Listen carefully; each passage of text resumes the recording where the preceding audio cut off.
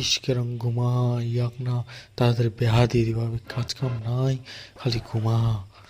কি করলু বাবা তুই মোক বেহা দিবু মুই বেহা করিম আর কামও করিম তাইলে? ঠিক আছে চ তো চ তাড়াতাড়ি চ। বেহার কথা কইলে না তোর না ধৈর্য হয়নি না। চল তাড়াতাড়ি জমি বাড়ি কাম করবা চ।